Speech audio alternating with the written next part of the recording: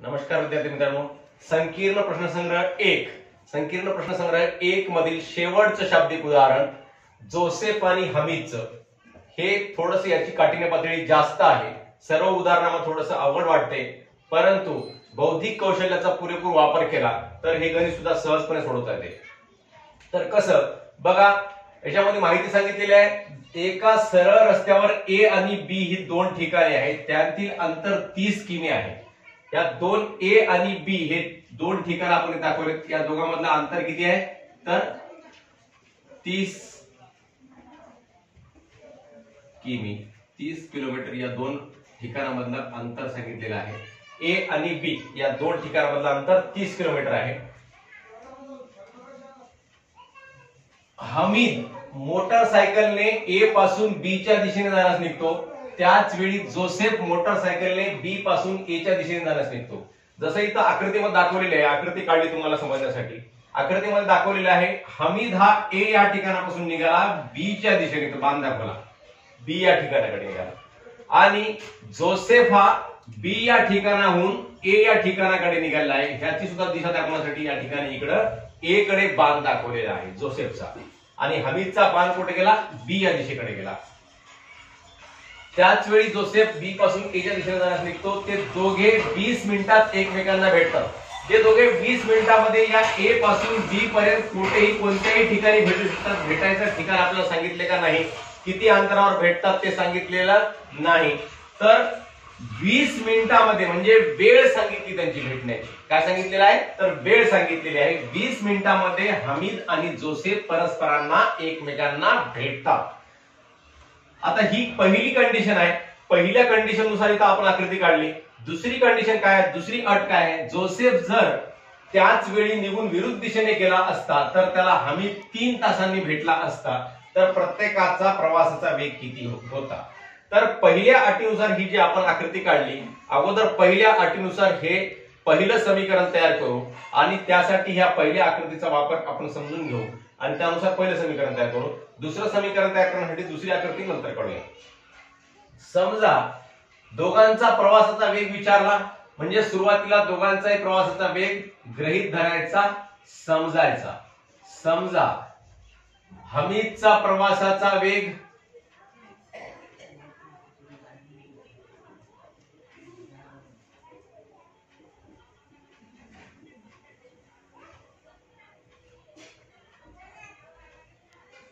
बरोबर आहे x kilometre प्रति तास. हे एकक महत्वाचं आहे मित्रांनो. प्रवासाचा वेग हा किलोमीटर प्रति तास मध्ये असतो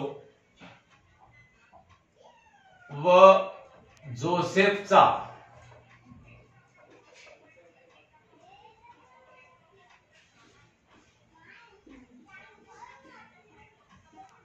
प्रवासाचा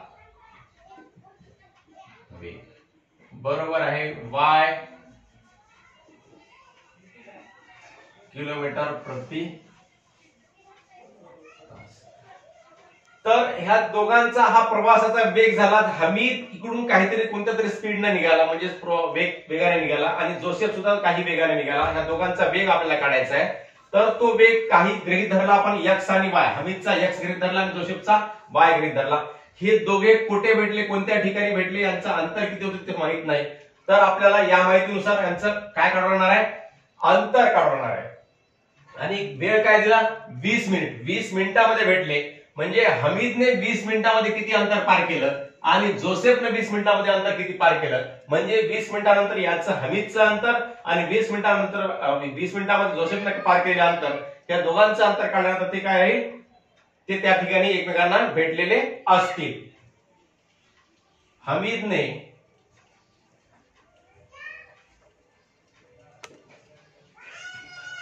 20 मिनिटांत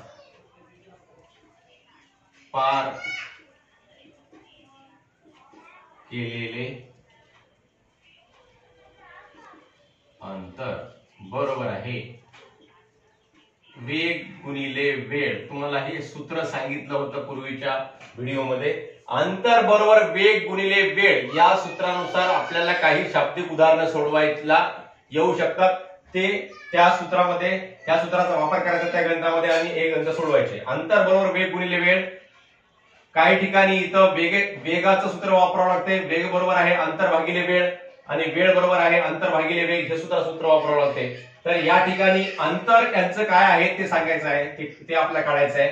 म्हणजे 20 मिनिटांमध्ये हमीदनं पार केलेले अंतर आणि जोसेफनं पार केलेले अंतर या दोघांचं अंतर मिळून किती होईल तर 30 किलोमीटर होईल. म्हणजे ते कुठेही भेटो, समजा इथे जरी भेटले तरी त्यांचं अंतर, इथं भेटले तरी जोसेफ इकडून इथपर्यंत येईल आणि हमीद इकडून इथपर्यंत येईल. म्हणजे हे अंतर दोघांचं मिळून किती पार होईल 30. इथं भेटले तरी दोघांचं मिळून अंतर किती पार होईल 30 आणि इथं भेटले तरी दोघांचं मिळून अंतर किती पार होईल 30. पण 20 मिनिटांमध्ये हमीदने पार केलेले अंतर बरोबर वेग गुणिले वेळ. हमीदचा वेग किती होता x गुणिले वेळ किती 20 मिनिटं. इथं बघा लक्षात घ्या, एकक जे वापरलं इथं काय वापरलं किलोमीटर प्रति तास. मग आपल्याला वेळ दिला मिनिटांमध्ये तर आपल्याला हे एकक एकाच प्रमाणामध्ये असणं आवश्यक आहे. म्हणजे इथं किलोमीटर प्रति तास घेतलं तर इकडे सुद्धा किलोमीटर प्रति तास म्हणजेच वेळ सुद्धा तासांमध्ये घेणं आवश्यक आहे. म्हणजेच 20 मिनिटाला तासामध्ये करायचं असेल तर काय करावं लागते 20 भागिले 60 म्हणजेच एका तासामध्ये 60 मिनिटे असतात. म्हणजेच वेग गुणिले वेळ म्हणजे x गुणिले 20/60. 0 0 कटले, बे एक बे बेत्रिक 6 बरोबर आहे x गुणिले 1 x/3. तर हमीदनं पार केलेले अंतर 20 मिनिटांमध्ये x/3 किलोमीटर. जोसेफने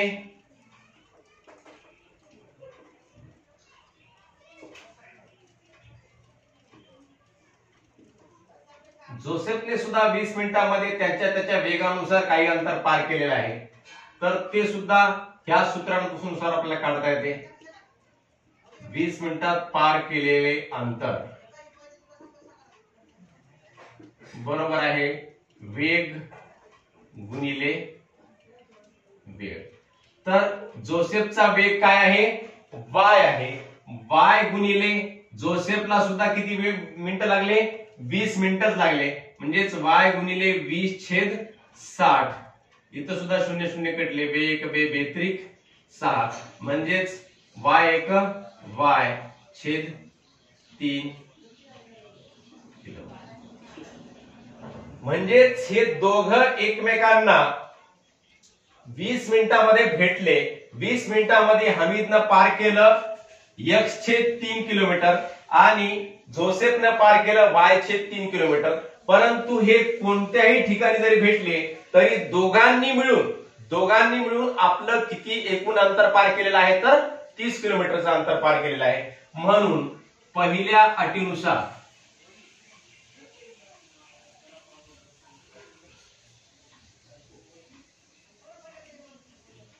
ही अट समजून घेणं महत्वाचं आहे मित्रांनो. दोघांनी मिळून ते अंतर पार केलेलं आहे. म्हणजेच x/3 अधिक y/3 हे हमीदनं पार केलेलं अंतर आहे x/3 आणि जोसेफनं पार केलेलं अंतर आहे y/3 बरोबर आहे.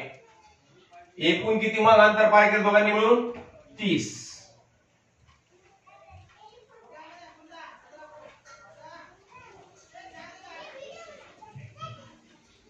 तर या ठिकाणी x/3 अधिक y/3 बरोबर आहे 30. या ठिकाणी छेदांचा लसावी किती निघतो 3. वाटल्यास याला समीकरण क्रमांक 1 नाव द्या. समीकरण 1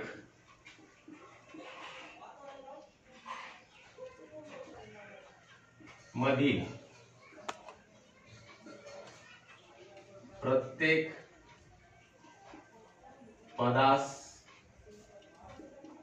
3 ने का गुणायचं तर 3 हा छेदांचा लसावी आहे म्हणून 3 ने गुणायचं. म्हणून 3 गुणिले x/3 अधिक 3 गुणिले y/3 बरोबर आहे 3 गुणिले 30. 3 एक 3 3 एक 3 3 एक 3 3 एक 3 म्हणजेच x अधिक y बरोबर आहे 30 त्रिक 90. हे झालं आपलं समीकरण क्रमांक 2. x अधिक y बरोबर आहे 90. तर हे असं पहिल्या अटीनुसार आपण हे आकृती काढून या दोघांचं जे अंतर पार केले आहे त्या अंतराची बेरीज केली 30 आली आणि या 30 वरून हे सोडवल्यानंतर याचा लसावी काढल्यानंतर x अधिक y बरोबर आहे 90 हे आपल्याला समीकरण प्राप्त झालं. तर दुसऱ्या अटीनुसार दुसरी आकृती काढू व दुसरी आकृती काढून लगेच याला आपण पुढचं गणित सोडवूया.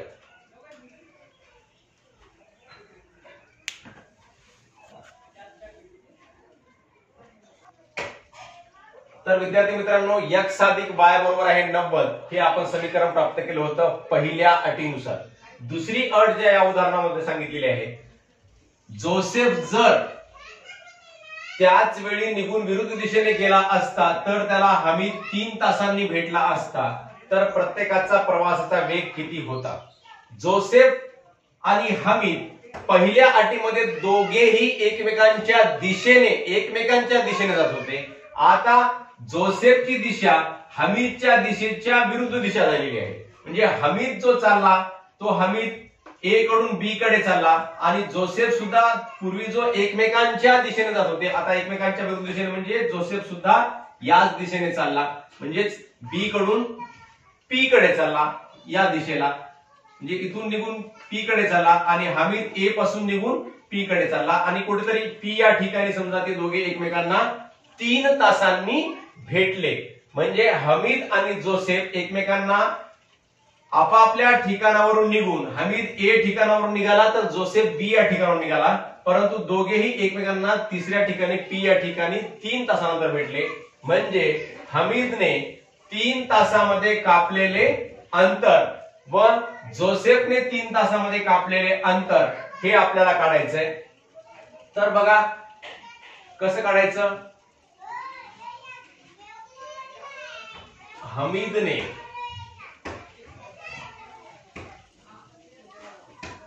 3 तासात कापलेले सूत्र तेच वेग गुणिले वेळ. हमीदचा वेग होता x आणि वेळ किती सांगितलं इथं 3 तास, म्हणजेच x गुणिले 3 बरोबर आहे 3x. व जोसेफने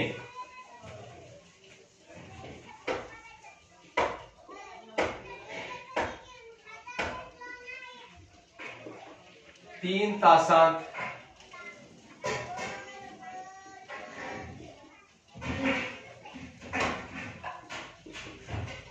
कापलेले अंतर बरोबर आहे y गुणिले 3, म्हणजेच वेग गुणिले वेळ म्हणजेच 3y. आता बघा हमीद आणि जोसेफ दोघेही या ठिकाणी भेटले. ए पासून बी पर्यंतचं अंतर आहे 30 किलोमीटर. तर ए पासून पी पर्यंतचं अंतर माहित आहे का? नाही. तर बी पासून पी पर्यंतचं अंतर सुद्धा माहित नाही. परंतु लक्ष द्या, ए पासून पी पर्यंत हमीद गेला व जोसेफ हा बी पासून पी पर्यंत गेला. म्हणजेच ह्या ए पासून पी पर्यंत जो हमीद गेलेला आहे त्याच्यातून हे जर अंतर वजा केलं बीपी, म्हणजेच एपी वजा बीपी केलं तर अंतर किती येते आपलं 30 येते. दुसऱ्या अटीनुसार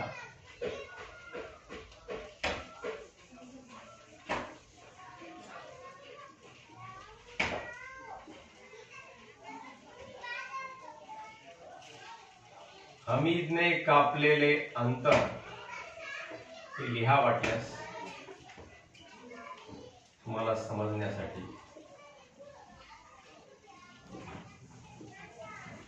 वजा जोसेफने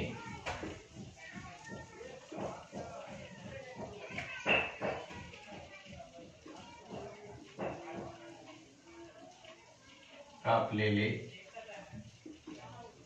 अंतर बरोबर आहे 30. जे हमीदनं जे अंतर कापलं त्या अंतरातून जोसेफने कापलेले अंतर वजा केलं तर हे 30 किलोमीटर शिल्लक राहते. म्हणून हमीदने कापलेलं अंतर किती आहे 3x आहे आणि जोसेफने कापलेला आहे 3y बरोबर आहे किती शिल्लक आहेत 30. हे झालं समीकरण क्रमांक 3. तर इथं x आहे, इथं 3x आहे, इथं y आहे, इथं 3y आहे. तर समीकरण 2 ला आपण कितीने गुणायचं 3 ने गुणलं म्हणजे x किंवा y दोघांचेही सहगुणक आपले समान होतात. समीकरण 2 ला 3 ने गुणू. समीकरण 2 मधील प्रत्येक पदास 3 ने गुणू. म्हणून 3 गुणिले x अधिक 3 गुणिले y बरोबर आहे 3 गुणिले 90. 3x अधिक 3y बरोबर आहे 3 0 0 3 9 27. हे झालं समीकरण क्रमांक 4. तर समीकरण 3 आणि 4 सोडवण्यासाठी या दोन समीकरणांची वजाबाकी केली तर x चं निरसन होते आणि दोन समीकरणांची बेरीज केली तर y चं निरसन होते. समीकरण 3 व 4 ची आपण बेरीज करू.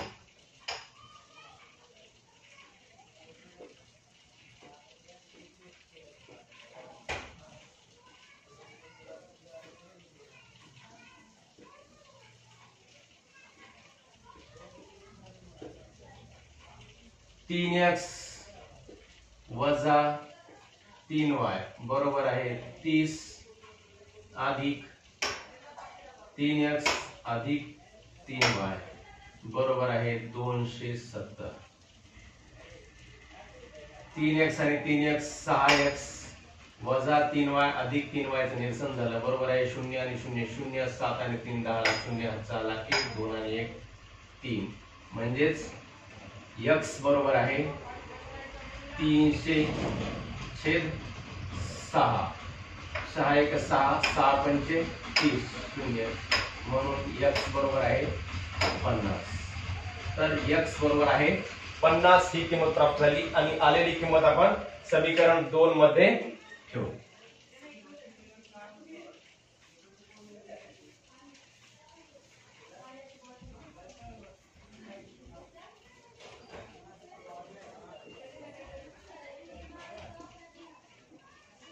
ही किंमत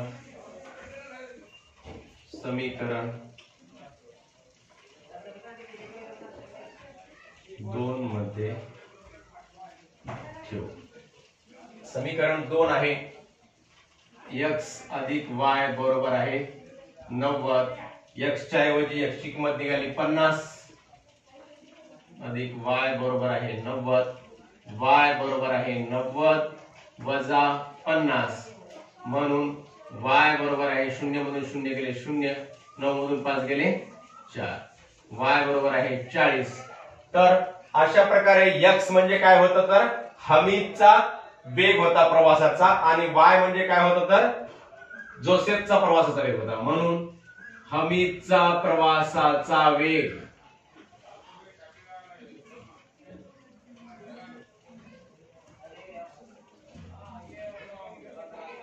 बरोबर आहे 50 किलोमीटर प्रति तास. मित्रांनो एकक लिहायला अजिबात विसरायचं नाही.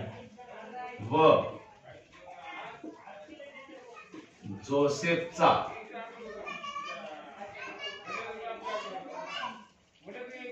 प्रवासाचा वेग बरोबर आहे 40 किलोमीटर प्रति तास.